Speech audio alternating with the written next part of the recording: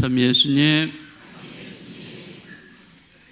네, 오늘은 대림제 2주일이면서 동시에 인권주일입니다. 여러분들 인권이 뭔지 아시죠? 네, 뭔데요? 네, 뭐 어려운 건 없습니다. 인권은 인간이 인간답게 살아갈 권리를 말하고 있습니다. 네, 가장 근본적이고 기본적인 권리죠, 인간에게 있어서. 자, 인권의 그러면 이 근거는 어디에 있는가? 네, 모든 사람이 존엄하다고 하는데 거기에 대한 근거, 모든 사람이 존엄성을 지니고 있다는 근거는 바로 하느님께서 우리 인간을 만드실 때, 창조하실 때 당신의 모습대로 또는 모상대로 만들어 주셨기 때문입니다. 네, 그래서 우리는 모두가 다 하느님을 닮은 인간으로 이 세상에 나왔고 그렇게 살아가는 거예요. 누구나 다 똑같이 하느님의 모습이 다 담겨 있어요. 자, 그렇기 때문에 너나 할 것 없이 누구나 다 동등한 그런 입장이고 또한 그 존엄한 또 귀한 존재라고 할 수가 있습니다. 옛말에 이런 말이 있죠. 사람 위에 사람 없고 사람 밑에 사람 없다. 네, 이런 말 많이 들어보셨죠? 네, 바로 그것이 인권이라고 할 수 있습니다. 자, 그런데 우리가 살고 있는 요즘 세상을 보면 거꾸로 된 것 같아요. 사람 위에 사람 있고 사람 밑에 사람 있다. 요즘 이렇게 말이 변한 것 같습니다. 그렇지 않으신가요? 아니에요?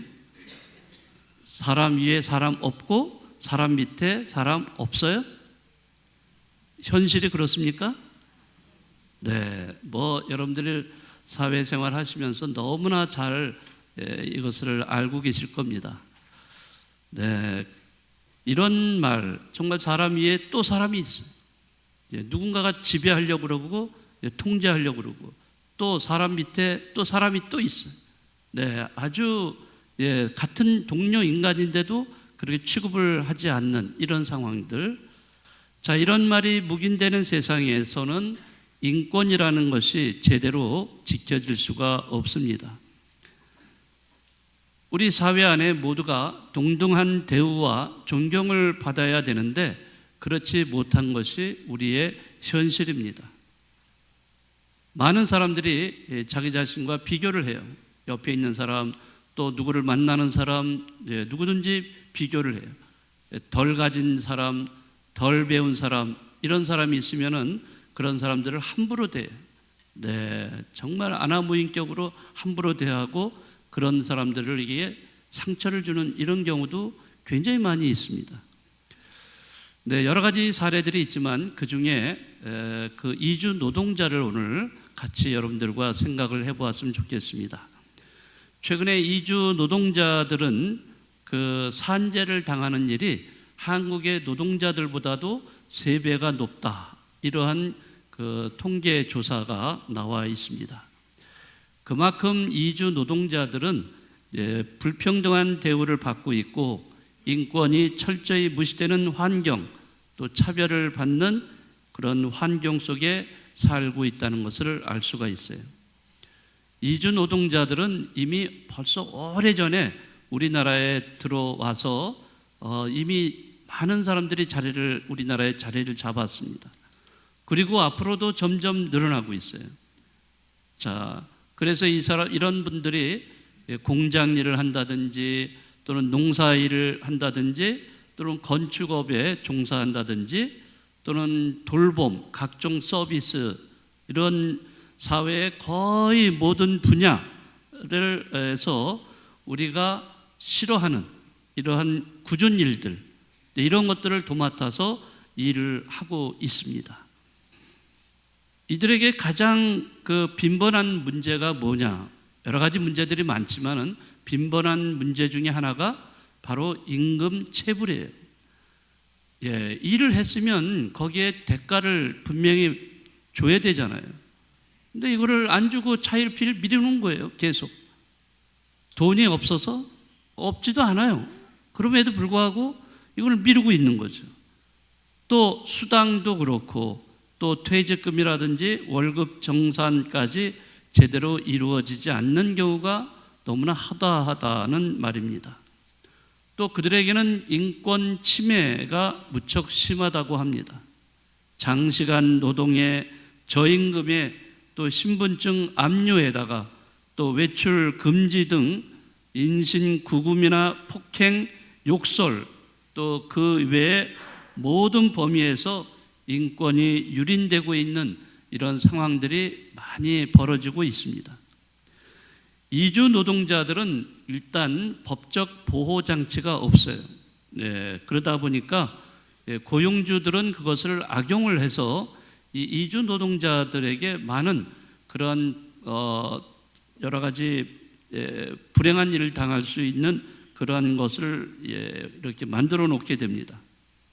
여러분들이 기억을 하실 겁니다만은 지난 6월 달에 화성에서 그 아리셀이라는 공장에서 화재가 났어요. 그 화재가 나서 31명의 노동자가 거기서 목숨을 잃었습니다. 그 31명의 목숨을 잃은 사람 중에 18명이나 되는 사람들이 이주 노동자들이었습니다. 그러니까 그 많은 사람들이 그러니까 목숨을 잃은 사람들이 23명이었다고 하는데 그 중에 18명의 이주 노동자들이 있었다는 겁니다. 고용주에게 이주 노동자는 그냥 버리는 소모품이다 할 정도로 이렇게 취급을 받고 있다는 거죠. 이주 노동자도 같은 인간인데 그냥 사용하다가 버려도 되는 존재로 취급을 받고 있다는 것입니다.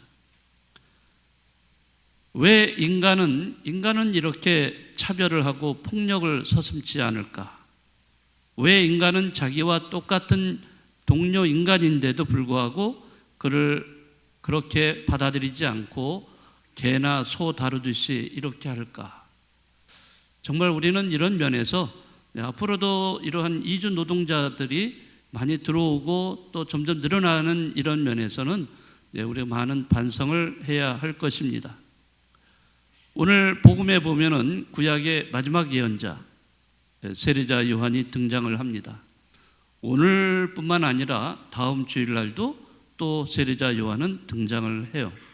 자, 그만큼 이 대림 시기에는 세례자 요한의 역할이 크기 때문입니다. 세례자 요한은 광야에서 외치는 이의 소리로서 주님이 오시기 전에 그분이 오실 길을 미리 닦아놓는 그러한 선각자의 역할을 하고 있습니다. 그래서 오늘 복음에 보면은 이사야 예언자의 말씀을 인용을 하고 있죠. 골짜기는 모두 메우고 산과 언덕은 모두 낮아지게 하며 구분되는 고다지게 거친 길은 평탄하게 만드는 것, 이것이 바로 세례자 요한의 몫이었어요. 세례자 요한은 이 자신에게 주어진 이 몫을 어떻게 했는가? 바로 그 회개를 외쳤던 겁니다. 그래서 요르단강에서 그들에게 세례를 베풀었던 겁니다. 세례를 줌으로써 이 사람들에게 그 새로운 기회를 줘요. 새로운 생명, 새로운 그 삶을 이렇게 가져다 주는 세례를 베풀게 됩니다. 대림 시기를 보내고 있는 우리 역시 세례자 요한이 있는 광야로 가서 그가 외치는 그 설교를 들어야 됩니다. 또한 그의 설교를 듣는 것만으로 끝나지 않고 요르단강으로 가서 자기 죄를 고백하고 회개의 세례를 받아야 한다는 거죠. 세례를 받는다는 것은 바로 새로운 존재로 자신을 변화시킨다는 것을 의미합니다. 우리가 새롭게 변화되지 않고서는 우리에게 빛으로 오시는 그 아기 예수님을 받아들일 수가 없어요. 자격이 되지를 않습니다. 오늘 인권주의를 맞이해서 나는 이웃을 나와 같은 그러한 동료 인간으로 이해를 하고 환대를 하고 또 하나가 되려고 노력하는지 우리 자신을 돌아봐야 합니다. 물론 제가 사례로 이주 노동자에 대해서 말씀을 드렸지만은 이런 인권 유린이나 인권 침해는 바로 가정에서부터 시작이 돼요. 부부 간에 또 부모와 자녀 간에 거기에서 또 넘어서서 이웃 간에도 이런 인권을 제대로 지키지 않는 이러한 사례들이 너무나 비일비재합니다. 그렇게 어려운 것은 아니죠. 인격이라는 것, 서로 간에 인격이 있으니까 그 인격체로 보아주고 그 한 인간의 그 권리를 보장해 주는 거예요. 근데 사람들은 그렇지 않아요. 살다 보면은 너는 나의 도구나 수단, 그렇게 해서 그 상대방을 지배하고 통제하고 마음대로 부려먹으려고 하는, 그래서 인격을 무시하는 이런 사례들이 너무나 많이 있어요. 단체 안에도 있어요. 단체 생활을 한다고 하면서도 그 안에서도 서로 간의 관계 속에서 서로 상대방과 비교하면서 우월감을 가지려고 그러고 상대방을 낯이 보고 무시하는 이런 사례들, 이런 것도 그 상대방의 존엄성을 인정해 주지를 않는 거죠. 오늘 인권주의를 우리가 보내면서 정말로 옆에 있는 사람들이 진정한 나의 동료 인간으로 우리가 받아들이고, 그렇다면은 그렇게 이해를 한다면 그 상대방을 내가 환대를 해야 돼요. 환대를 한다는 것은 그를 나로 받아들이는 거예요. 내가 수용을 한다는 거죠. 수용을 한다는 것은 그 한 사람을 한 인격체로 받아주는 거예요. 그렇게 될 때 우리는 진정으로 그 상대방과 하나가 될 수가 있습니다. 오늘 이 인권주일에 내가 정말로 옆에 있는 사람, 흥겨운 노래소리가 나오는데요. 그 누가 그렇게 하고 있어요 지금?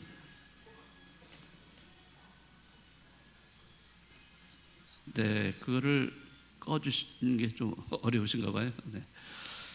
아무튼 이런 인권주일이 남의 말이 아니라 남이 다른 사람의 그런 일이 아니라 바로 여러분 한 사람 한 사람의 일이에요. 자, 먼저 가정에서부터 이 인권을 잘 지켜주시고 그리고 나아가서는 이웃과 또 이러한 그 사랑을, 진정한 사랑을 나눔으로써 인권을 여러분들이 잘 지키고 소중히 여기는 그런 여러분들이 되시면 좋겠습니다.